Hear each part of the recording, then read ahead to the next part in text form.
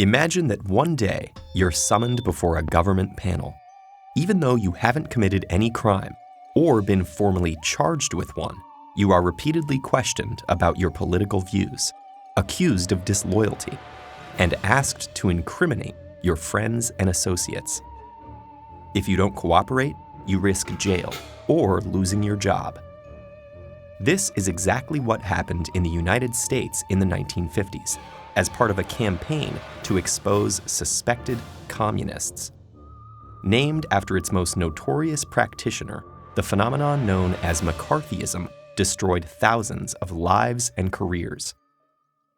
For over a decade, American political leaders trampled democratic freedoms in the name of protecting them. During the 1930s and 1940s, there had been an active but small communist party in the United States. Its record was mixed. While it played crucial roles in wider progressive struggles for labor and civil rights, it also supported the Soviet Union. From the start, the American Communist Party faced attacks from conservatives and business leaders, as well as from liberals who criticized its ties to the oppressive Soviet regime. During World War II, when the USA and USSR were allied against Hitler, some American communists actually spied for the Russians. When the Cold War escalated and this espionage became known, domestic communism came to be seen as a threat to national security.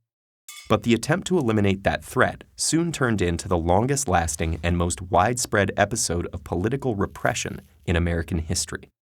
Spurred on by a network of bureaucrats, politicians, journalists, and businessmen, the campaign wildly exaggerated the danger of communist subversion.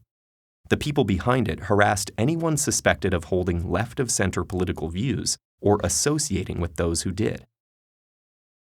If you hung modern art on your walls, had a multiracial social circle, or signed petitions against nuclear weapons, you might just have been a communist.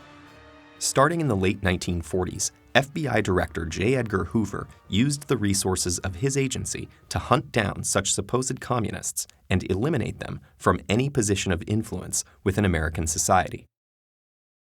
And the narrow criteria that Hoover and his allies used to screen federal employees spread to the rest of the country.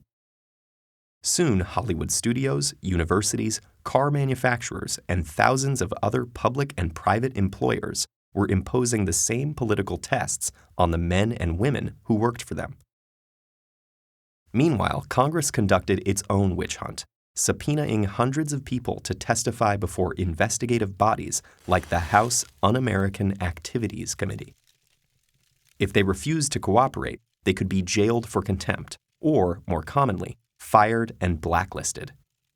Ambitious politicians like Richard Nixon and Joseph McCarthy used such hearings as a partisan weapon, accusing Democrats of being soft on communism and deliberately losing China to the communist bloc.